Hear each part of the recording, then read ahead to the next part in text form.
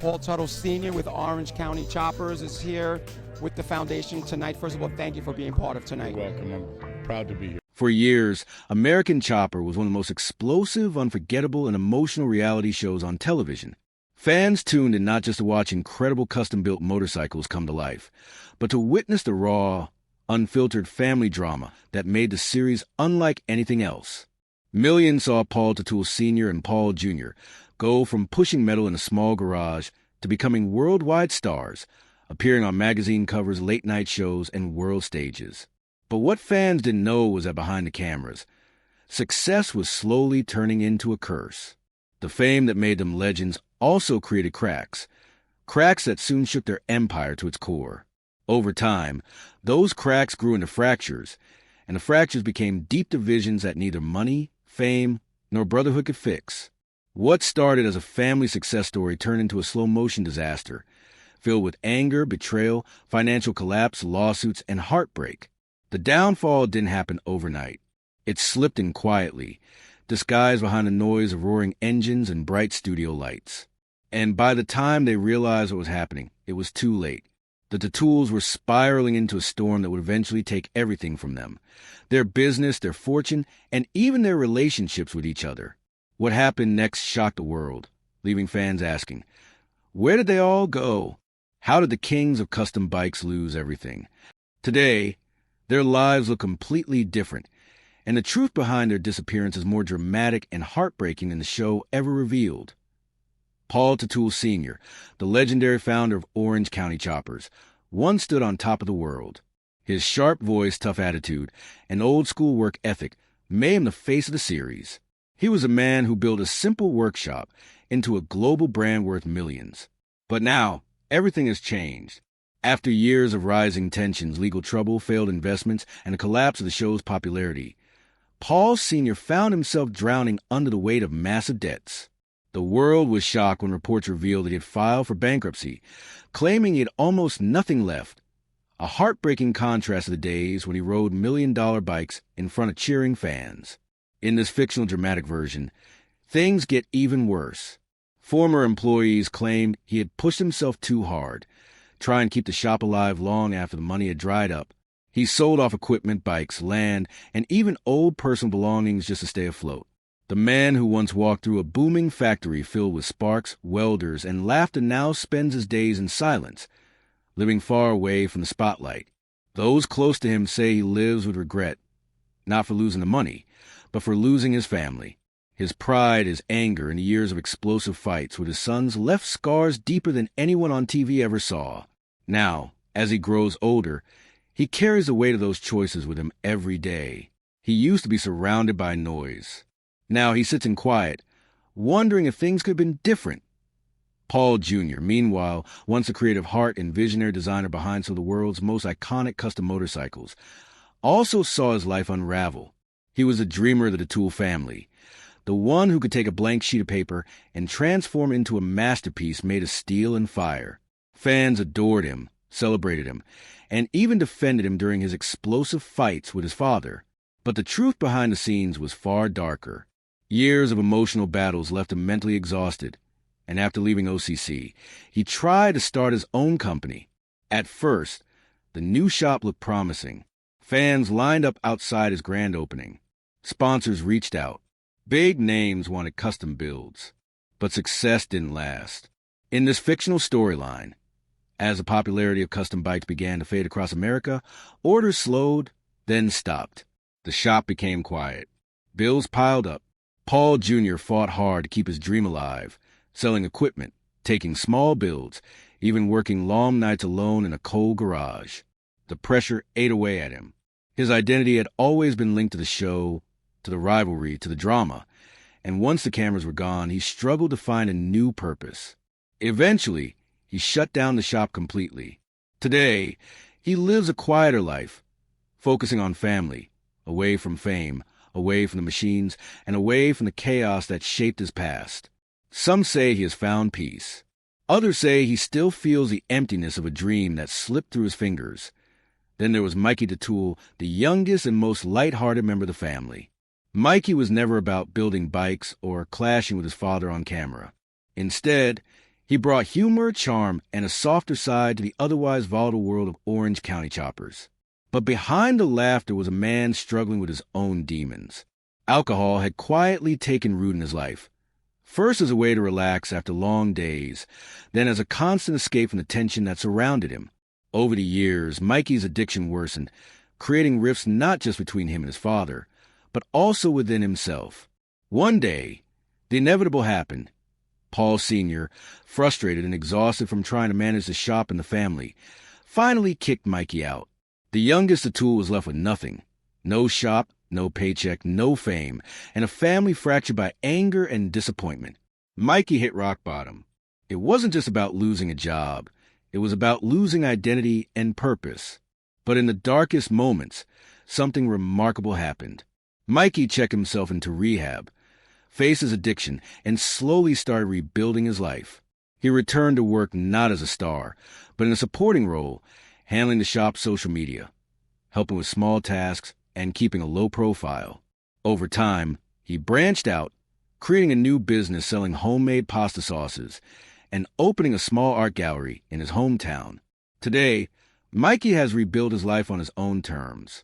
He may not be on television anymore, but he has found a sense of purpose that fame could never give him.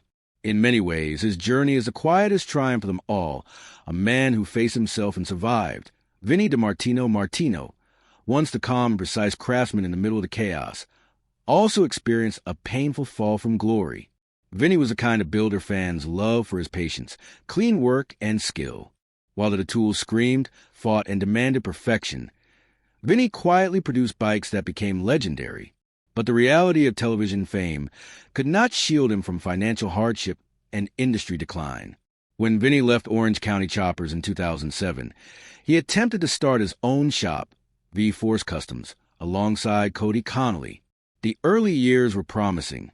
Clients were eager, and the workshop produced some of the finest custom motorcycles of the era. Then the financial crisis hit. People no longer had money to spend on extravagant bikes. Orders dried up. Vinny watched as his dream, built on talent and sweat, slowly vanished. He sold his tools, shut the shop, and started over in a small garage repairing cars and trucks. Today, Vinny's life is quiet, grounded, and practical. No cameras, no screaming, no national attention, just honest work. Despite losing fame and fortune, he carries a quiet pride in knowing that he rebuilt himself from nothing, relying only on skill, patience, and determination. Fans may remember him for the bikes, but those who know him today respect him for something far more important: his resilience in the face of adversity. Rick Petco's story is another example of how the price of fame often goes unnoticed. For more than a decade, Rick commuted hours every day from Pennsylvania to Orange County Choppers, showing up rain or shine, day after day. His dedication was unquestionable. While the Teutuls argued on camera, Rick quietly built bikes, handled details, and ensured the shop ran. He earned well, but the sacrifices were immense. Long hours, constant travel, and life spent away from his family eventually took their toll. In 2016, Rick made the difficult decision to walk away from the cameras and the fame he had earned. He returned to Pennsylvania, started a business crafting custom knives and wedding bands, and refocused on his personal life. He found happiness not in television attention, but in creating things by hand, surrounded by family, and living a life where he controlled the pace. Rick's story is a reminder that the glitz of fame often comes at the expense of personal peace, and that true success is measured not in money or recognition, but in the ability to live life on your own terms. Cody Connolly's life also underwent a dramatic transformation. Entering the Orange County Choppers world at just 14 years old, he quickly became a fan favorite. Cody had talent, ambition, and an ability to work alongside the older, more experienced builders, learning skills far beyond his years. The show gave him a taste of fame, independence, and early success. But as he matured, Cody realized that fame came with hidden consequences. He faced lawsuits, disagreements over merchandise, and the harsh realization that the world he grew up in was not built to support him as an individual. In 2007, Cody made the bold decision to leave the bike industry entirely. He transitioned from building custom motorcycles to creating a demolition and excavation business called Revel Ranch Excavation in Pine Bush, New York. Cody left the spotlight behind, choosing a quieter life focused on family, stability, and creating something tangible that mattered. The boy who once welded metal on national television now spends his days digging through soil and building structures that no camera will ever broadcast. His life is a testament to the fact that success is not always measured by fame, and that sometimes leaving the spotlight is the only way to regain control over your destiny. Jason Paul was the newest addition to the Orange County Choppers team when he joined in early 2004. He came from a background of digital design, creating concept motorcycles for video games. When Paul Sr. saw his work, he immediately hired him as senior designer. On screen, Jason's bold, futuristic sketches made fans pause in awe, imagining bikes they had never seen before. But behind the camera, it was a different story. Jason struggled with acceptance among the team. Some coworkers found him arrogant. Fans online criticized him relentlessly, calling him out for drawing bikes that couldn't exist in real life. Even his father figure at the shop, Paul Sr., had to intervene multiple times, reminding Jason to tone down his attitude and respect the process. The pressure of maintaining creativity while defending himself in the court of public opinion began to weigh heavily on him. Eventually, Jason left Orange County Choppers quietly, choosing freelance design work and consulting jobs. He moved away from reality TV, building custom bikes for private clients and digital design projects. Today, Jason continues to design, but the fame that once came with the American Chopper name is gone. His story reflects the challenges faced by those who enter the spotlight later in life, with talent overshadowed by personality conflicts and online criticism. Yet he remains committed to his craft, proving that even outside of fame, passion can survive. Thomas Derbyshire, a name often hidden behind the headlines, played a crucial role in the American Chopper saga. Derbyshire had invested millions into launching new television projects with Paul Sr., expecting a partnership built on trust and shared vision. But according to court documents, the partnership quickly dissolved into legal battles. Derbyshire accused Paul Sr. of misusing funds, making secret side deals, and mismanaging the money intended to grow the brand. The court cases painted a picture of chaos, showing how easily business can be destroyed when communication, transparency, and ethics are missing. By 2018, most of Derbyshire's claims were settled, but the financial and emotional toll was immense.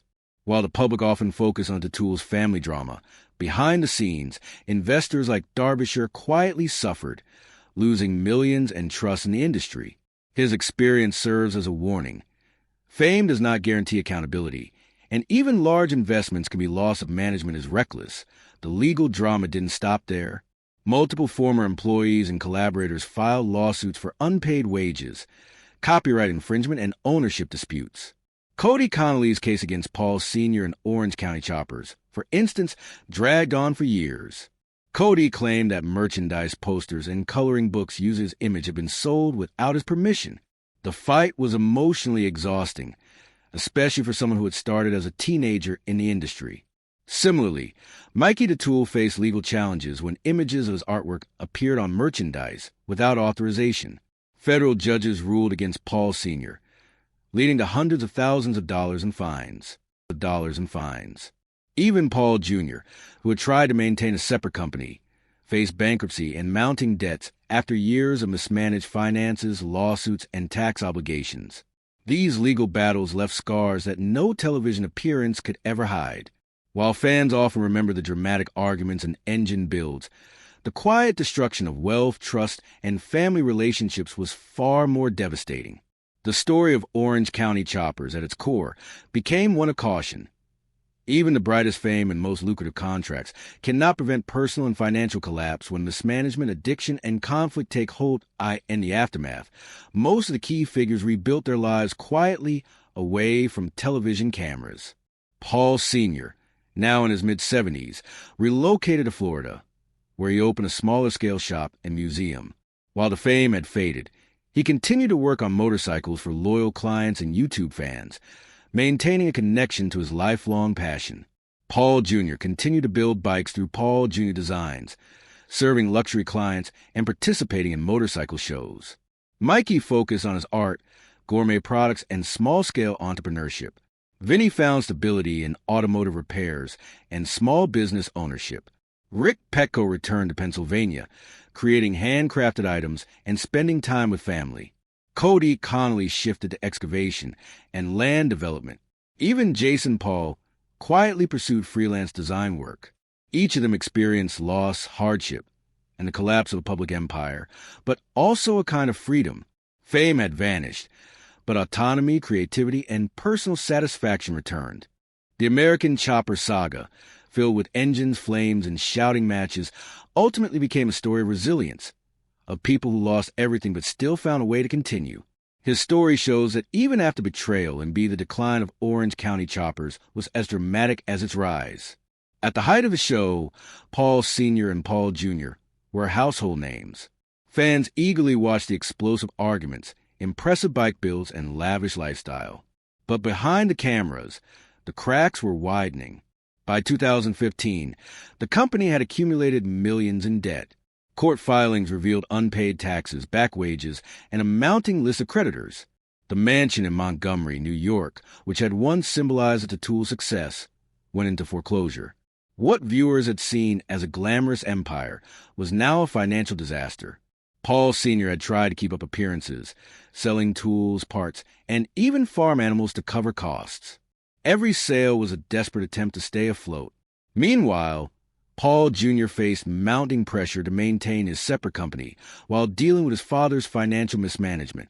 The stress of keeping the brand alive while avoiding bankruptcy took a toll on relationships and personal health. Friends and former employees watched as the empire that once seemed invincible crumbled, unable to intervene. The bankruptcy filings shocked fans. Paul Sr., once the boisterous king of the workshop, admitted he owed nearly $1.7 million to close to 50 creditors. Monthly earnings of $15,700 could barely cover $12,612 in basic expenses. Every dollar was stretched, and nothing remained for luxury or leisure. The Orange County Choppers name, once synonymous with innovation and power, now carried lawsuits, debts, and legal judgments. Federal courts found Paul Sr. in contempt for failing to pay $17,000 to JTM Motorsports for work done on his Corvette ZR1. He also owed the town of Crawford more than $151,000 in back taxes. Credit card debt, unpaid contractors, and allegations of fraud tied to Central American investors painted a picture of a man overwhelmed by his empire. Even loyal fans who had followed every episode could hardly believe the scale of the collapse. Yet despite this, Paul Sr. remained in the motorcycle world, moving his operations to Florida to start fresh with the OC Museum and Roadhouse. It was a smaller-scale project, but it allowed him to keep building, teaching, and connecting with fans online.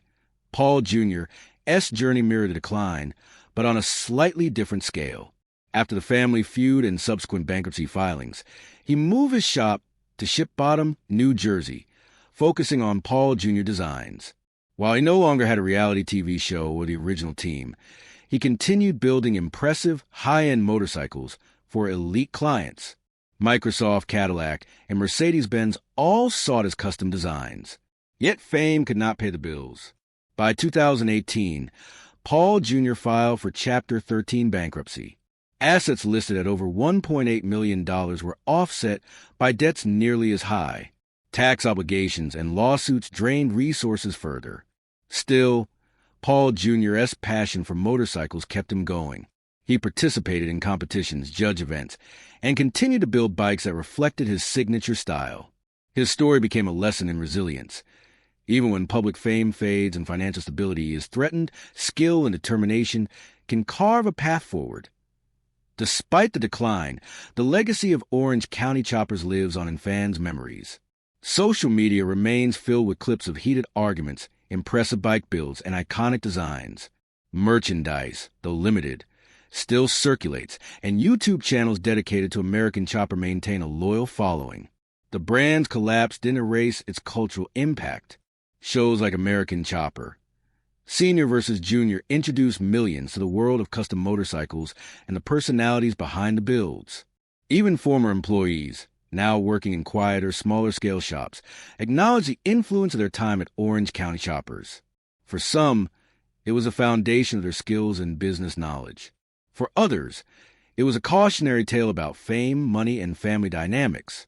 The story of the Teutuls and their crew remains compelling not because of triumph, but because of the human struggles, ambitions, and failures that unfolded behind the scenes. Fans continue to watch, not just for the bikes, but for the raw, unfiltered drama that defined a generation of reality television. Looking back, the American Chopper saga highlights the dangers of mixing family, business, and fame. Paul Sr. and Paul Jr. may have built a brand that millions admired, but the same bonds that strengthened their designs ultimately weakened their empire. Legal battles, addiction struggles, and financial mismanagement created cracks that widened over time. Employees like Mikey, Cody, Vinny, Rick, and Jason were caught in the crossfire, navigating the tension while trying to preserve their own livelihoods. Each found a way forward, often in completely different industries or smaller-scale projects, but the imprint of the show remained. It was a world where talent met chaos, and the spotlight illuminated both success and failure. Today, Orange County Chopper stands as both a symbol of ingenuity and a cautionary tale. The bikes, the fights, and the fame are remembered, but so too are the lawsuits, foreclosures, and personal tolls that accompanied them. The story remains a vivid reminder. Behind every televised empire, there are real people facing real consequences. After the chaos and bankruptcy, Paul Teutul Sr. moved to Clearwater, Florida, to start over. At 76, he no longer dominated a massive workshop or starred on reality television, but he refused to step away from the motorcycles he loved. With the OC Museum and Roadhouse, Paul Sr. created a smaller, more personal environment for bike enthusiasts. Here, he could build, teach, and share his passion without the pressures of a sprawling business or the constant glare of cameras. The museum showcased historic builds, rare designs, and some of his most iconic projects, attracting fans from around the country. Though the scale was smaller than the empire he once commanded, it allowed Paul Sr. to regain control over his life and finances. He also maintained a presence on YouTube, documenting builds and sharing stories from the glory days, keeping the Teutul name alive. The lesson from his journey is clear. Even after losing millions, a smaller, focused venture can bring satisfaction, respect, and continuity to a lifelong passion. For Paul Sr., success wasn't measured in wealth anymore, but in the joy of creating motorcycles and inspiring the next generation of builders. Paul Teutul Jr. faced his own uphill battle. After being ousted from the family business and declaring bankruptcy, he concentrated on Paul Jr. Designs in New Jersey. Though the cameras were gone, his skill and creativity kept him relevant. Custom bike orders continue to flow in, with major brands requesting high-end builds. Microsoft, Cadillac, and Mercedes-Benz all sought his signature design style, proving that talent and reputation could survive even the collapse of a family empire.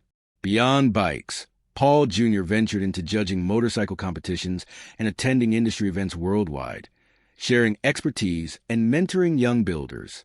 Financial stability returned slowly,